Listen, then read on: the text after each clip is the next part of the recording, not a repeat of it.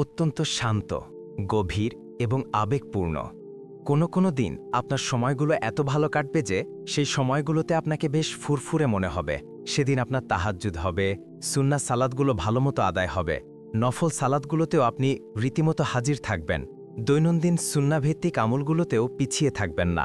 কোরআন তিলাওয়াত, জিকির আজকার, সদ্ব্যবহার, গীবত থেকে বেঁচে থাকা, পিতামাতার সাথে দিল খুলে কথা বলা, তাদের আবদারগুলো পূরণ করা, আত্মীয় স্বজনদের খোঁজ খবর নেয়া, সন্তানদের সাথে ভালো সময় কাটানো, স্বামী স্ত্রীর মাঝে হৃদ্যতা, সব মিলিয়ে বেশ জম্পেশ একটা দিন কাটবে আপনার।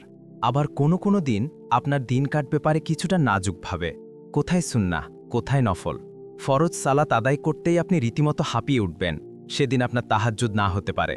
জিকির আজকারের জন্য যে নিত্যদিনের সময়টা আপনি বের করে আনতেন, ওই সময়টা সেদিন নাও হতে পারে। সেদিন আর কুরআন খুলে বসা হয়তো হবে না আপনার।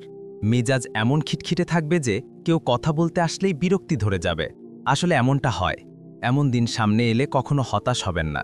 ভাববেন না যে আল্লাহ আপনার উপর নারাজ। এমন মুহূর্ত আপনার জীবনে মাঝে মাঝে দরকার।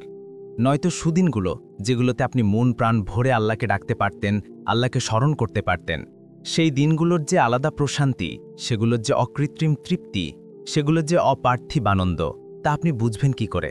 আপনার তো বোঝা দরকার যে আল্লাহর ইবাদতে মশগুল থাকতে পারাটা কত বড় নিয়ামত।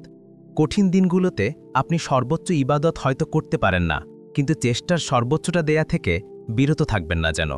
ভিডিওটি শেষ করার আগে আপনাদের জন্য আল্লাহর পক্ষ থেকে একটা ছোট্ট সুসংবাদ। আল্লাহ সুবহানাহু ওয়া তাআলা কখনোই সওয়াব দেওয়ার ব্যাপারে ক্লান্ত হন না, যতক্ষণ না আমরা আমল করতে করতে ক্লান্ত হয়ে পড়ি।